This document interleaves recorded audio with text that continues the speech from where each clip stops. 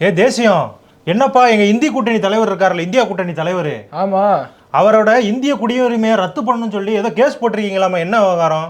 அது சுப்பிரமணிய சாமி அவர்கள் டெல்லி ஹைகோர்ட்ல வழக்கு ஒன்று தொடுத்திருக்காரு. அதுல அவர் என்ன சொல்றாருன்னா, ராகுல் காந்தியினுடைய இந்திய குடியுரிமையை பறிக்கணும் அப்படிங்கிறாரு. உங்களுக்கு எல்லாம் தலையில இடி விழுந்த மாதிரி இருக்கா? ஆமாப்பா, எனக்கு ஒரு அதிர்ச்சியாகி போச்சு. அவர் இந்திய குடியுரிமையை ரத்து பண்ணிட்டாங்கன்னா அடுத்த எலெக்ஷன்ல அவர் போட்டி போட முடியாதுல்ல. ஆமா, இதே மாதிரி தான் 2019லயும் அவரை எலெக்ஷன்ல இருந்து கண்டஸ்ட் பண்ணக்கூடாது, ஒத்தி வைங்க, அவரை தடை பண்ணுங்க அப்படின்ட்டு ஒரு கேஸ் வந்துச்சு. அந்த நீதிமன்றம் ரத்து பண்ணிருச்சு, நிராகரிச்சிருச்சு. இப்ப மீண்டும் டெல்லி ஹைகோர்ட்டை நாடி இருக்காங்க. உள்துறை அமைச்சகத்துக்கு டெல்லி ஹைகோர்ட் வந்து இது மாதிரி ராகுல் காந்தியோட குடியுரிமை பறிங்க அப்படின்னு இன்ஸ்ட்ரக்ஷன் கொடுக்கணும் தான் இந்த வழக்கு. அது என்ன சொல்றாங்க, பிரிட்டிஷ் கம்பெனி ஒரு கம்பெனியில ராகுல் காந்தி அவர்கள் டைரக்டரா இருந்தாலும் அப்போ ஆனுவல் ரிட்டர்ன்ஸ் ஃபைல் பண்ணுவாங்க இல்லையா, அப்போ ராகுல் காந்தியுடைய நேஷனாலிட்டியை பிரிட்டிஷ்னு காமிச்சிருக்காரு. ஓ, அதனாலதான் இப்படி கேஸ் போட்டிருக்காங்களா?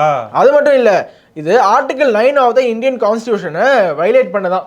இது மாதிரி நிறைய ஆதாரங்களை வச்சு ராகுல் காந்தி எந்தெந்த கம்பெனியில் டைரக்டரா இருக்காரு, எதனால இந்திய குடியுரிமையை அவர் பறிக்கணும், அப்படி பறிக்கிறதுக்கு சட்டத்தில் இடம் இருக்கா அப்படிங்கிறதெல்லாம் டீட்டெயிலாக இப்போ டெல்லி ஹைகோர்ட் ஆராய போறாங்க. இப்போதான்ப்பா அவர் ஏற்கனவே அவர் மேல கேஸ் போட்டீங்க, திரும்ப அவர் இந்திய குடியுரிமையை ரத்து பண்றதுன்னா என்னப்பா இது? அவருக்கு அழுத்தம் கொடுத்துக்கிட்டே இருக்கீங்க. ஏப்பா, அவரோட நேஷனாலிட்டி பிரிட்டிஷ்னு அவரோட ரெக்கார்ட்ஸ் எழுதியிருக்காருன்னா இந்திய குடியுரிமையை பறிக்கிறதான சரியான மரபா இருக்கணும் சுப்பிரமணிய சாமி சொல்றாரு.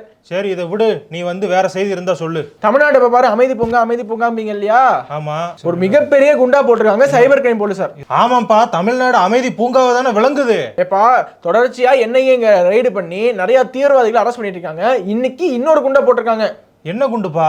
சென்னை ராயப்பேட்டையில் ஹிஸ்புத் தாஹிரீர் அமைப்புக்கு ஆட்கள் சேர்த்ததாக UAPA சட்டத்தில் 6 பேரை சைபர் கிரைம் போலீசார் கைது செய்தனர். அதாவது ஒரு தீவிரவாத இயக்கத்துக்கு இங்க இருந்து ஆள் பிடிச்சு கொடுத்துட்டு இருக்காங்க இங்க தமிழ்நாட்டில். அப்படியா?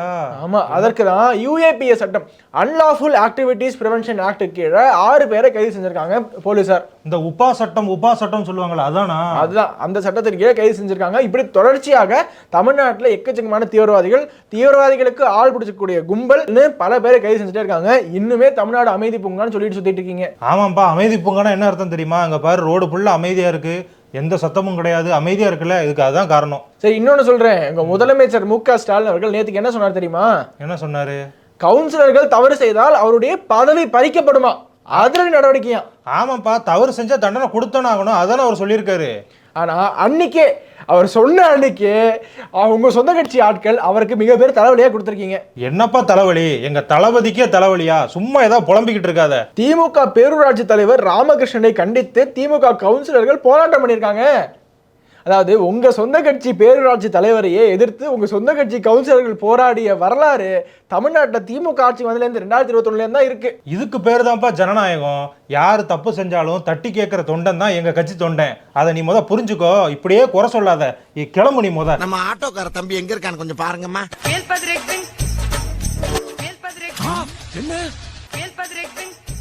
அண்ணா எப்படின்னா இருக்க? என்ன கார்த்தி, நேற்று எங்கே போனேன்? உன்னை காணாம நான் ரொம்ப வருந்தி போயிட்டேன்ப்பா. நீ தான் நீ திட்டி அனுப்புறிய, அதான் நேற்று வர வேணாம்னு முடிவு பண்ணிட்டேன். சரி, அப்புறம் நீ உன்னை பார்க்காம இருக்க முடியல, அதான் வந்துட்டேன். சரி, வந்த விஷயத்த சொல்லு. ஏதோ செய்தி இல்லாமல் நீ வரமாட்டியே? ஆமாம், நேற்று என்ன ஏதோ திடீர்னு ஒரு நல்ல விஷயம் பண்ணியிருக்கீங்க போலயே. ஆமாம், நாங்கள் அதை பற்றி பேசணும். ஆமாம், அதை பற்றி தானே பேச வந்திருக்கு. அத்திக்கடவு அவினாசி திட்டம். ஆமாம், நேற்று வந்து முதல்வர் வெற்றிகரமாக அதை தொடங்கி வச்சுட்டாரு. ஆனால் எல்லா கட்சியிலும் இது போராடி இருக்காங்க. உங்கள் கூட்டணி கட்சியில் இருக்கிற கொங்கு நாடு மக்கள் தேசிய கட்சியாக இருக்கட்டும், எடப்பாடி அவர்களாக இருக்கட்டும், எல்லாருமே தொடர்ச்சியாக வந்து போராடி இருக்காங்க. அண்ணாமலை அவர்கள் வந்து இது எங்களுக்கும் கிடைத்த வெற்றி அப்படின்னு ட்வீட் போடுறாரு. ஆனால் ஈஸியாக கிரெடிட்ஸை தட்டிட்டு போயிடுறீங்கல்ல நீங்கள் ஏதாவது ஒன்று பண்ணிட்டு. ஆமாம் தம்பி, இந்த 2011 உலகக்கோப்பையை பார்த்திருக்கியா? அதில் வந்து கௌதம் கம்பீர் அடிப்பாரு, அதுக்கப்புறமா யுவராஜ் சிங் அடிப்பாரு, எல்லாருமே அடிப்பாங்க. ஆனா ஃபைனல்ல அடிச்சது யாரு? தல தோனி. அதனால யாரு ஃபைனல்ல, அதாவது யார் அந்த திட்டத்தை தொடங்கி வைக்கிறாங்களோ அவங்களுக்கு தான் அந்த கிரெடிட் போகும். அந்த மாதிரி தான் எங்க தல தோனி மாதிரி அடிச்சிருக்காரு எங்க தளபதி. அதெல்லாம் இருக்கட்டும், உங்க தலை வெளிநாட்டு போறாராமே. ஆமாப்பா, நேத்தே பேசியிருந்தார்ல. அதான் இன்னைக்கு TRP ராஜா பிரஸ் மீட் என்ன சொல்லியிருக்காரு, நம்மளுடைய முதல்வர் வந்து 27ஆம் தேதி வந்து வெளிநாடு பயணம் போறாரு. அங்க தினம் யாரை பாக்குறாரு, அவருடைய நடவடிக்கைகள் என்னென்ன முதலீடுகள் இருக்கிறாரு அப்படின்றதெல்லாம் டெய்லி நானே வந்து உங்களுக்கு ப்ரெஸ் மீட்டில் சொல்கிறேன் அப்படின்னு சொல்லி அறிவிச்சிருக்காரு. சரி, வெளிநாடு போகிறாரு, முதலீடுகள் இருக்கிறாரு, எல்லாம் சரிதான். ஆனால் மாவட்ட செயலாளர் கூட்டத்தில் நேற்று ஒன்று சொன்னார், நானே வந்து அங்கேருந்து கட்சியும் கவனிச்சுப்பேன், வந்து ஆட்சியும் கவனிச்சுப்பேன், எப்படி இருக்குன்னு நான் வந்து பார்ப்பேன், வீடியோ கான்ஃபரன்ஸில் உங்கள் கூடலாம் நான் பேசுவேன் அப்படிலாம் சொன்னார். அப்போ உதயநிதி அவர்களை துணை முதலமைச்சர் ஆக்க மாட்டாங்களோண்ணே? ஆமாம் தம்பி, உதயநிதி அவர்களை வந்து துணை முதல்வர் ஆக்கிறதுக்கான பேச்சுவார்த்தைகள் இப்போ எதுவும் இல்லை. ஆனால் கூட்டணி கட்சிகள் வந்து எங்களுக்கு ஆதரவு கொடுக்க ஆரம்பிச்சிட்டாங்க. ஏற்கனவே பார்த்தா அப்படின்னா காங்கிரஸ் கட்சியை சேர்ந்த செல்வ பெருந்தகை அவர்கள் வந்து ஆதரவு கொடுத்திருந்தாரு. அதாவது உதயநிதி அவர்களை நீங்க துணை முதல்வராக்குனீங்கன்னா அதுக்கு நாங்க ஆதரவு கொடுக்கணும்னு சொல்லியிருந்தாரு. இப்போ சிபிஎம் கட்சியினுடைய மாநில செயலாளர் யாரு, நம்ம கேஜி பாலகிருஷ்ணன் அவர்கள் வந்து ஆதரவு கொடுத்திருக்காரு. எல்லா கட்சியிலையும் குடும்ப அரசியலோட சாயல் இருக்கதான் செய்யும், அதெல்லாம் ஒண்ணும் பண்ண முடியாது. அவருக்கு வந்து ஏற்கனவே எம்எல்ஏவும் இருந்திருக்காரு, அமைச்சராகவும் இருந்திருக்காரு. அதனால அவருக்கு துணை முதல்வர் பதவி கொடுக்கறது தப்பே கிடையாது அப்படின்னு சொல்லியிருக்காருப்பா. அதனால ஒவ்வொருத்தங்களும் ஆதரவு தெரிவிக்கிறாங்க. கொஞ்ச நாள் கழிச்சு எங்க தளபதியும் ஆதரவு கொடுத்து அவரை துணை முதல்வர் ஆக்கிடுவாங்க. அதுதான் எங்களுடைய விருப்பம். ஆதரவு தெரிவிச்சு தானே ஆகணும். எதிர்த்து பேசிட்டு கூட்டணியில் இருந்துருவீங்க நீங்க. இல்லப்பா, அதெல்லாம் நம்ம வந்து கட்டாயப்படுத்த முடியாது. இதெல்லாம் அவங்களா மனசு வந்து சொல்றது. நீ வந்து இப்படிலாம் பேச்ச மாத்தாத, வேற ஏதாவது நல்ல செய்தி இருந்தா சொல்லு. நல்ல செய்தி இருக்கட்டும். எனக்கு ஒரு டவுட்டு, அண்ணாமலை அவர்கள் கையை பிடிச்சிக்கிட்டு ஏவாவேல அப்படி என்னதான் பேசியிருப்பாரு? அது எனக்கும் தெரியலப்பா. ஆனா அண்ணாமலை அவர்களை பத்தி நீங்க கூட்டணியில இருந்தீங்களே இதுக்கு முன்னாடி, யாரு, நம்ம அதிமுக, அதோட முக்கிய தலைவரா இருக்கக்கூடிய செல்லூர் ராஜு ஒரு கருத்து சொல்லியிருக்காங்க தெரியுமா? என்ன சொன்னாரு? எங்களுக்கும் பாஜகவுக்கும் கூட்டணி நல்லா தான் இருந்துச்சு, அதை கெடுத்து விட்டதே அண்ணாமலை தான், அவர் தான் அந்த நல்ல கூட்டணி இப்படி பாழாக்கிட்டாரு அப்படின்னு சொல்லியிருக்காரு. இதை பத்தி நீங்க என்ன நினைக்கிறீங்க? அப்படி என்னன்னா பாழாக்குற மாதிரி பேசிட்டாரு. ஒரு சேனலுக்கு இன்டர்வியூ கொடுத்தாரு, ஒரு இடத்துல பேசினாரு. இதை வச்சுட்டுலாம் கூட்டணி விட்டு பிரிச்சுட்டு போயிட்டு இந்த அளவுக்கு பேசுறது கரெக்டா இருக்கா? ஏதோ மக்களுக்கு நல்லது பண்ணல, மக்களை பத்தி தப்பா பேசிட்டாருன்னு சொல்லிட்டு கூட்டணி விட்டு போனா பரவாயில்ல. ஒரு இன்டர்வியூ கொடுத்ததுக்கு, ஒரு இடத்துல பேசினதுக்கெல்லாம் கூட்டணி விட்டு போயிட்டு இந்த அளவுக்கு பேசினா நியாயமா? அது இல்லப்பா. இப்பெல்லாம் அந்த சினிமால காமெடி சீன்லாம் கம்மியாயிருச்சு. ஆனா அரசியல்ல குறிப்பா சொல்லணும்னா உங்களுக்கு அவங்களுக்கு சண்டை வந்துச்சுன்னு வச்சுக்கோமே, எங்களுக்கு நல்ல காமெடியா இருக்கு தம்பி. அப்புறம் நான் பாரிஸ் ஒலிம்பிக்ல நமக்கு தங்கம் கிடைக்கும்னு எதிர்பார்த்துட்டு இருந்தோம். ஆனா கிடைக்காம ஒரு சில விஷயங்கள்னால அது கிடைக்காம போயிருச்சு. அந்த வினேஷ் போகத் வீராங்கனை அவர்கள் வந்து இன்னைக்கு வந்து இந்தியாவுக்கு திரும்ப வந்திருக்காங்க. ஏர்போர்ட்ல அவங்கள பயங்கரமா எல்லாரும் எமோஷனலா நல்லா வரவேற்று, அவங்க பெற்றோர்கள்லாம் வந்து வரவேற்று நல்லா கண்ணீர் மல்க அவங்கள கூட்டிட்டு போயிருக்காங்க. இதை வந்து அந்த ஊர்ல ஒரு பேரணியாவும் நடத்திருக்காங்கண்ணா. ஆமா தம்பி, நான் கூட பார்த்தேன். ஒரு மிகப்பெரிய பேரணி. அந்த வீராங்கனை வந்து ரொம்ப கண்ணீர் மல்க நிறைய பேசியிருந்தாங்க தம்பி. ஆமாம், இந்த ஒலிம்பிக்கு முன்னாடி வந்து மல்யுத்த வீரர்களுக்காக பாதுகாப்பு இல்லை, செக்ஷுவல் ஹராஸ்மெண்ட் பண்றாங்கன்னு சொல்லிட்டு ஒரு சில சாக்ஷி மாலிக் அப்புறம் இவங்கெல்லாம் போராட்டம் பண்ணியிருந்தாங்க இல்லையா? ஸோ அவங்களும் இன்னைக்கு வந்து இவர் இந்த வீராங்கனையை வரவேற்கிறதுக்காக வந்திருந்தாங்க. வந்து அவங்களும் ஒரு பேரணியாக அவங்க கூட போறாங்க. அப்போ வந்து பஜ்ரங் புனியா அப்படின்ற ஒரு வீரர் வந்து தேசிய கொடியை அவமதிச்சதா சமூக வலைதளங்களில் பரவிட்டு வருது. எனது தேசிய கொடியை அவமதிச்சிட்டாரா? ஆமா, அவங்க வந்து பேரணியா போறாங்க இல்லையா, அந்த ஜீப்புக்கு முன்னாடி வந்து இவங்களுடைய போட்டோஸ் எல்லாம் ஒட்டிருக்கு, அதுல தேசிய கொடியெல்லாம் இருக்கு. இவர் மீடியா கிட்ட பேசும்போது ஏதோ ஒரு ஆர்கியூமெண்ட்டோ ஏதோ ஒன்று பண்ணும்போது தேசிய கொடி மேலேயே 2 காலையும் வச்சுட்டு தேசிய கொடியை மிதிச்சுட்டு பண்ணவும் சமூக வலைதளங்கள்ல அது வைரல் ஆயிடுச்சு. தேசிய கொடியை அவர் அவமதிச்சிட்டாரு அப்படின்னு சொல்லிட்டு சமூக வலைதளங்கள் பூரா ட்ரெண்ட் ஆயிட்டு இருக்கு. தம்பி, இதை வந்து அவர் தெரியாம பண்ணியிருந்தாரு அப்படின்னா பிரச்சனை இல்லை. ஆனா வேணுக்குனே பண்ணாருன்னு வச்சுக்கோங்க, இதை வந்து நம்ம வன்மையா கண்டிக்கிறோம் தம்பி. அதே மாதிரி இந்த ட்விட்டர்ல நம்ம கூட்டாளி காங்கிரஸ் கட்சி ஏதோ பண்ணிக்கிட்டு இருந்தாங்களே, ட்ரெண்ட் பண்ணிக்கிட்டு இருக்காங்களே, என்ன விஷயம்? அதுவும் இது சம்பந்தமான ஒரு விஷயம் தானே. காங்கிரஸ் இன்சல்ட் திரங்கா அப்படின்னு சொல்லிட்டு ஒரு ஹேஷ்டேக் வந்து ட்ரெண்ட் ஆயிட்டு இருக்கு. என்ன விஷயம் அப்படின்னா, இவங்க பேரணியா போனாங்க இல்லையா, இவங்க பேரணியா போகும்போது அது கூட சேர்ந்து திபேந்தர் ஹூடா அப்படின்னு சொல்லிட்டு ஒரு காங்கிரஸ் எம்பி இருக்காரு. அவரும் வந்து அந்த வாகனத்துல பயணிச்சு பேரணியா போறாரு. அதனால என்ன சொல்றாங்க, இது வந்து ஒரு வீராங்கனையை வந்து ஒரு பெண்ணை நீங்க வந்து போட்டுறதுக்கான பேரணியா இதை நீங்க நடத்தல, இது வரக்கூடிய தேர்தலுக்காக நீங்க வந்து காங்கிரஸ் கட்சி வந்து இதை முன்னெடுத்து பண்றாங்க. ஸோ அப்படின்ற மாதிரியான குற்றச்சாட்டுகள்லாம் சமூக வலைதளங்கள்லாம் முன் வச்சுட்டு இருக்காங்க. இன்னொரு குற்றச்சாட்டு ஒரு சிலர் என்ன பண்றாங்கன்னா, இன்னும் டீப்பா போயிட்டு இந்த 3 வீரர்கள் இருக்காங்க இல்லையா, அவங்களும் வந்து காங்கிரஸ் கிட்ட சீட்டு கேட்டு இந்த மாதிரியான பேரணியெல்லாம் நடத்துறாங்க அப்படின்ற ஒரு குற்றச்சாட்டையும் முன் வச்சு சமூக வலைதளங்கள் ஃபுல்லா இது கொஞ்சம் பத்தி எரிஞ்சிட்டு இருக்கு. இப்படியே மாறி மாறி குற்றச்சாட்டை வைக்க வேண்டியதுதான். அரசியல் பண்றாங்களோ இல்லையா அதெல்லாம் நமக்கு தெரியல. ஆனா தேசிய கொடியை அவமதிச்சது மிகப்பெரிய தவறு. அதை யாராலையும் ஏத்துக்கவே முடியாது. வணக்கண்ணே. தம்பி, என்ன ஒரே குதூகலமா இருக்க? ஆமாண்ணே, தேர்தல் வேற வந்துருச்சு இல்ல, அதனால நமக்கு இனிமேல் குதூகலம் தானே. என்னப்பா தேர்தல் இப்போதானப்பா நடந்து முடிஞ்சுச்சு? அண்ணே, இப்போ எம்பி எலெக்ஷன் நடந்து முடிஞ்சது. நம்ம ஊர்ல விக்ரவாண்டிக்கு பை எலெக்ஷன் நடந்து முடிஞ்சது. நான் சொல்ற தேர்தல் வடக்கையா? எந்தெந்த ஊரில் நடக்குது தேர்தல்? ஆமாண்ணே, இந்த வருஷம் வந்து ஜம்மு காஷ்மீர், ஜார்க்கண்ட், ஹரியானா, மகாராஷ்டிராக்கெல்லாம் தேர்தல் நடக்குது இல்ல. நேற்று நம்மளுடைய தலைமை தேர்தல் ஆணையர் ராஜீவ்குமார் அவர்கள் ஜம்மு காஷ்மீருக்கும் ஹரியானாவுக்கும் எப்போ தேர்தல் வர இருக்கு அப்படிங்கிற மாதிரி டேட்ஸை விட்டுட்டாருண்ணே. அப்படியா? எந்த தேதியில் விட்டுருக்காங்க? ஆனால் ஜம்மு அண்ட் காஷ்மீருக்கு தேர்தல் வந்து 3 கட்டமாக நடக்குது. September 18, September 25, October 1. ஹரியானாவுக்கு ஒரே கட்டமாக அக்டோபர் 1 வந்து தேர்தல் முடிஞ்சு அக்டோபர் 4 வந்து வாக்கு எண்ணிக்கை நடைபெறுதுன்னு. இன்னொரு விஷயம், மகாராஷ்டிராக்கெல்லாம் நேற்று வந்து என்னைக்கு டேட்டுன்னு சொல்ல, அதற்கு என்ன காரணம் சொல்றாங்கன்னா, இப்போ விநாயகர் சதுர்த்தி எல்லாம் வருது இல்லை, அங்கதான் விமர்சையா கொண்டாடுவாங்களே, அதனால விநாயகர் சதுர்த்தி, நவராத்திரி, தீபாவளி எல்லாம் முடிஞ்சதுக்கு அப்புறமா தேர்தல் வச்சுக்கலாம்னு சொல்லிட்டாங்களா. இதுவும் நல்லதானே? ஆமா தம்பி, பண்டிகைலாம் முடிஞ்சா நல்லா அவங்க வந்து செழிப்போட போய் ஓட்டு போடுவாங்கல்ல, அதுக்காண்டி வச்சிருக்காங்க போல. ஆமாண்ணே. சரி அண்ணா, அங்க நடக்கிற தேர்தல்லாம் விடுங்க. உங்களுக்கு 2026 நேற்று வரை 200 சீட்டு ஜெயிக்கணும்னார்ல முதல்வர் ஸ்டாலின் அவர்கள், அதுல பிரச்சனை ஆயிரும் போல. என்ன தம்பி பிரச்சனை? நாங்க ஜெயிச்சிருவோமே, நம்பிக்கையோட இருக்கோமே. அண்ணா, ஏன்னா ஏற்கனவே கார்த்தி சிதம்பரம் அவருக்கு சொல்லியிருந்தார்ல 2026 தேர்தலில் கூட்டணி ஆட்சி நடக்கணும், நாங்க வந்து அமைச்சரவையில பங்கேற்கணும் அப்படிங்கிற மாதிரி சொல்லியிருந்தார்ல. அதுக்கு வந்து ரகுபதி கூட பதிலடி கொடுத்திருந்தார்ல. அதெல்லாம் கிடையாது, யார் தயவு எங்களுக்கு வேணும்னு. இன்னைக்கு மீண்டும் பாத்தீங்கன்னா கார்த்தி சிதம்பரம் அவர் வந்து ஒரு இன்டர்வியூ கொடுத்திருக்காரு. அதுல என்ன சொல்றாரு, 2026 தேர்தலில் நாங்க அமைச்சரவையில் இருப்போம் அப்படிங்கிற மாதிரி சொல்லியிருக்கிறாருண்ணே. அவர் எங்க தமிழ்நாட்டுல சொல்றாரா இல்ல வேற எங்கேயும் சொல்றாரா? அண்ணே காமெடி பண்றீங்க பாத்தீங்களா? தமிழ்நாடுல சொல்றாரு. இல்ல அவங்களுக்கு எல்லாம் சீட்டு கொடுக்கறதே பெருசு தம்பி. வந்தோமா 10 சீட்டு வாங்கணுமா 20 சீட்டு வாங்கணுமா எம்எல்ஏவா போனோமான்னு இருக்கிறது இல்லாம அமைச்சர்லாம் பேசிக்கிட்டு இருக்காரு தம்பி. ஏற்கனவே எங்க கட்சியிலேயே அமைச்சராகணும் பல பேர் துடிச்சுக்கிட்டு இருக்காங்க. அவங்கள விட்டுட்டு நாங்க வந்து காங்கிரஸ்ல இருந்து அமைச்சரை தேர்ந்தெடுக்க போறோமாக்கும். சும்மா விளையாடுறாரு தம்பி. என்னென்ன காங்கிரஸ் இல்லைன்னா உங்களால 200 சீட்டு ஜெயிக்க முடியும் நம்புறீங்களா தம்பி? காங்கிரஸ் இல்லைன்னா நாங்க ஜெயிச்சிருவோம், ஆனா நாங்க இல்லைன்னா காங்கிரஸ் டெபாசிட் கூட வாங்காது. அவங்ககிட்ட அதை சொல்லு. இன்னொரு விஷயம் இருக்கு தம்பி, என்னன்னா அவருக்கு வந்து காங்கிரஸ் தலைவராகணும்னு ஒரு விருப்பம் இருக்கு. சரி நம்ம இப்படி பேசினாதான் நம்ம கட்சிக்குள்ள நமக்கு செல்வாக்கு வரும், அப்படியே நம்மள தலைவராக்குவாங்க அப்படின்னு சொல்லிட்டு அவர் கொஞ்சம் விட்டா போட்டு விட்டுக்கிட்டு இருக்காரு. என்னென்ன காமராஜர் ஆட்சி கொடுக்கணும்னா எல்லாரும் இந்த மாதிரி மாத்தி விட்டுருவீங்களா? அதுக்கு ஒண்ணு சொல்றாரு, காமராஜர் ஆட்சி கொடுக்க போறோம்னா என்ன அர்த்தம், காங்கிரஸ் ஆட்சிக்கு வரணும் தான் என்ன அப்படிங்கிறாருன்னு. என்ன ஒருத்தர் காங்கிரஸை வளர்க்கணும் ஒரு காங்கிரஸ்காரர் பேசக்கூடாதுன்னு என்னன்னே உங்களோட நியாயம்? போன தம்பி எங்க கூட்டணியில இருந்து அப்படிலாம் பேசக்கூடாது தம்பி, அது மட்டும்தான் எங்களோட ரூல்ஸ். தம்பி நம்ம சேனல்ல பார்த்தேன்ப்பா, நீயும் இந்த தேசியம் இருக்கான்ல அவனும் சேர்ந்து மம்தாவை எதிர்க்கும் மம்தா அப்படின்னு ஒரு வீடியோ போட்டிருக்கீங்களே, அது என்ன பேசிருக்கீங்க அதில்? அண்ணே ஏன்னா அது ரொம்ப தான் பெரிய கொடுமையாச்சேண்ணே. அதான் அந்த மருத்துவக் கல்லூரி மாணவியை வந்து பாலியல் வன்கொடுமையை செஞ்சு கொண்டுட்டாங்கல்ல.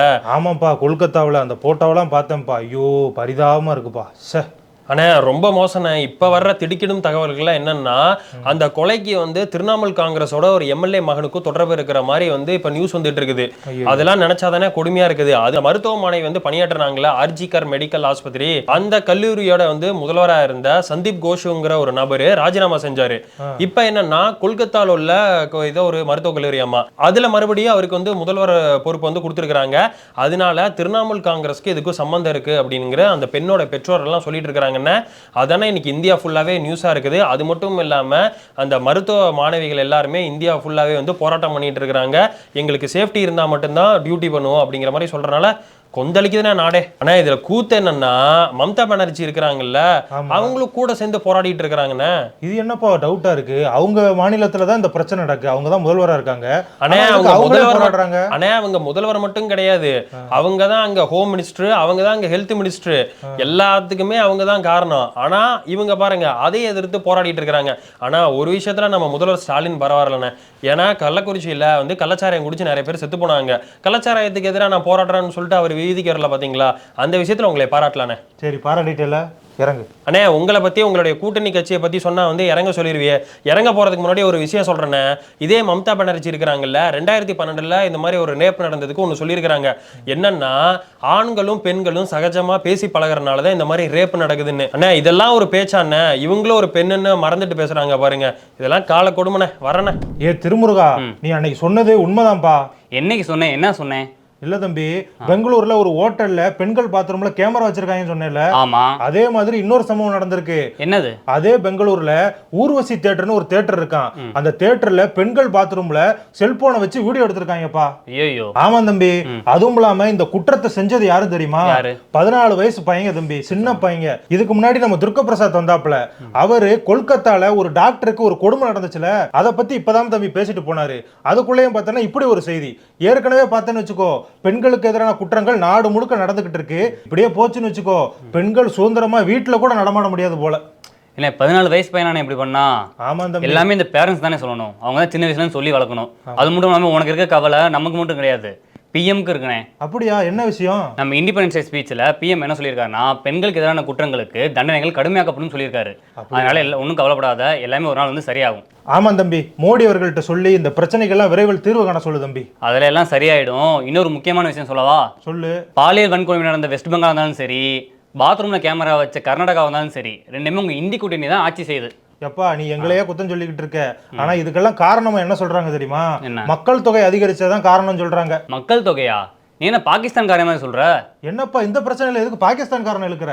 ஆமாண்ணே, பாகிஸ்தான்ல குழந்தை திருமணங்கள் அதிகமாயிடுச்சு. அதுக்கும் மக்கள் தொகைக்கும் என்னப்பா சம்பந்தம்? கடந்த 2022 பாகிஸ்தான்ல ஒரு வெள்ளம் வந்துச்சு. ஆமா. அந்த வெள்ளத்துல நிறைய விவசாய நிலங்கள் வந்து அழிக்கப்பட்டுருச்சு. சரி. அதனால அந்த விவசாய மக்கள் ரொம்ப பாதிக்கப்பட்டு காசுக்கு தன்னோட குழந்தைங்க எல்லாம் திருமணம் பண்ணி கொடுத்துறாங்க. என்னப்பா காசுக்காக சின்ன பிள்ளைங்களை திருமணம் பண்ணி கொடுப்பாங்க? ஆமாண்ணே, 9 வயசு குழந்தைங்க, 10 வயசு குழந்தைங்க, இந்த மாதிரி குழந்தைங்க எல்லாம் கல்யாணம் பண்ணி கொடுத்துறாங்க காசுக்காக.